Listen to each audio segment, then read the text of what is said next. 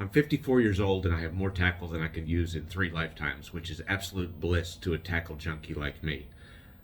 When I think back to when I first got started tournament fishing in the mid-1990s, though, it really wasn't that way. The idea of spending $160, $170, or $180 on a single lure was out of the question. In fact, other than rods and reels, the idea of spending $180 on tackle was altogether out of the question.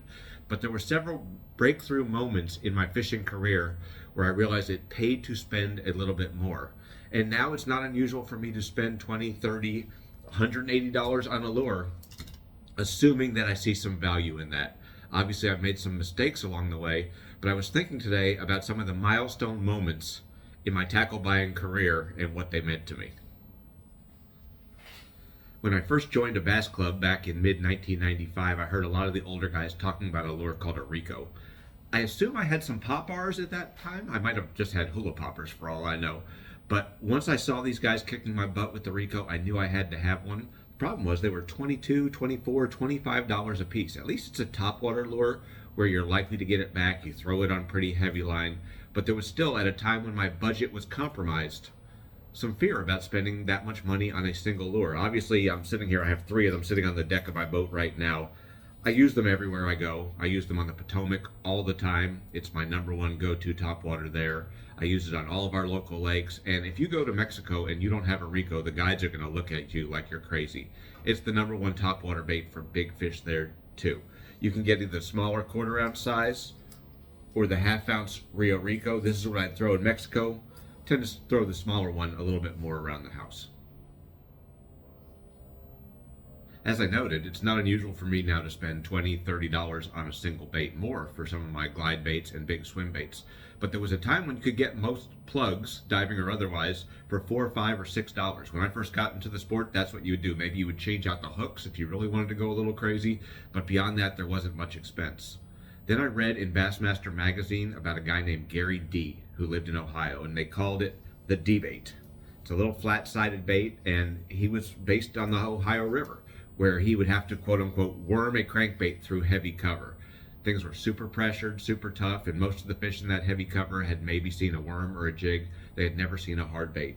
So I mailed away, before there was really an internet, and got 2 of these baits, one in a gray ghost color and one in a mustard color. I think they were $12 a piece, maybe a few dollars in shipping. It's a great bait. I've caught a lot of fish on them. Fortunately, I haven't lost these 2 because I don't think they're made anymore. Obviously, there are a lot of flat-sided crankbaits on the market that are high level these days. The only problem with these 2 baits was it was really hard to throw them in the wind on bait casting gear. I ended up throwing them on bait casting gear if there wasn't much wind, or more typically on spinning gear. It wasn't just lures where I had to decide whether I was going to break my personal bank and my personal limitations on what I'd spend. It came down to terminal tackle too. As we got more accustomed to lures coming out that cost a little more money than typical, whether it was a $9.99 Terminator spinnerbait or a $15 Lucky Craft jerkbait, suddenly hooks and sinkers and snaps and all sorts of terminal tackle had those same sort of options. Those of you who are newer to the sport may not remember it, because right now you can't swing a dead cat without hitting someone who makes tungsten weights. But there was a time when there were only 1 or 2 companies making tungsten weights. One of them was Lake Fork Tackle from Texas, and the other one was True Tungsten. When True Tungsten first came out, they kind of revolutionized things. They had a pro staff that had Denny Brower and Ish Monroe and Mike Iaconelli, and they were selling 2 or 3 weights for $6 or $7. I remember I think I bought 1 or 2 packs. Now for better or for worse, I have bags upon bags upon bags of tungsten. I don't remember the last time I bought a lead weight. True Tungsten eventually branched out. I don't know if their pro staff killed them or if it was something else. They branched out into soft baits. They made a frog that was not very good in my opinion. Even though I caught a fish the first time I threw it, the single first cast that I threw it on, they were a little bit too hard to get better hookup ratios. But the weights, they were a harbinger of things to come. I don't remember the last time I bought a lead weight. True Tungsten got it all started.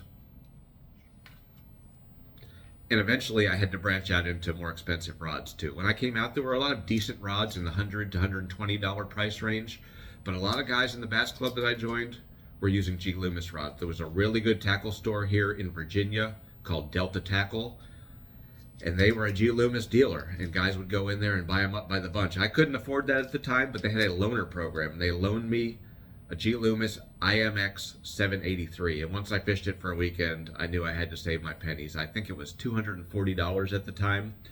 The 843 that I had eventually got stuck under a boat cleat, and I picked up on it and broke it. Luckily, Loomis at the time had a great warranty program. Ended up buying several more. There's an 844, which is a really good Carolina rig and light pitching rod.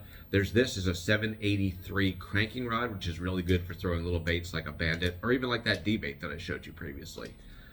Obviously, there are a lot of more expensive rods now, a lot of rods in the G.Loomis category, but I'm sure I have 15 or 20 of them in my arsenal, and there's a reason for that. They remain mission driven even since they were bought by Shimano. Again, despite my obvious addiction to tackle, I don't advocate spending more than you can, or more than you need to, really. There are plenty of things out there that are still a bargain, or you can spend less and get more. But figure out the categories where it makes sense for you to spend more, and don't hesitate to do it. It's worth it, if nothing else, for the memories.